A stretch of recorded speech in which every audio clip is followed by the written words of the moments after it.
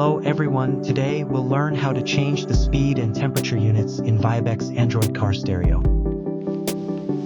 First, find and tap the theme app icon on your car stereo screen. In the theme app, tap the settings icon in the top right corner to access the settings menu. In the plugin settings, scroll to find the speed unit option.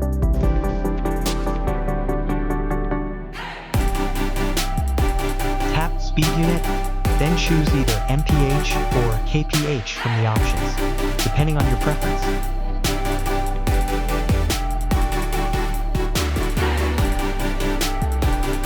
Home screen and find the settings app icon.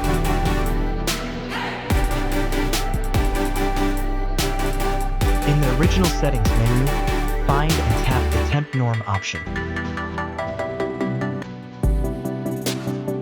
Tap temperature unit, then choose either degree F, Fahrenheit, or degree C, Celsius from the options, depending on your preference.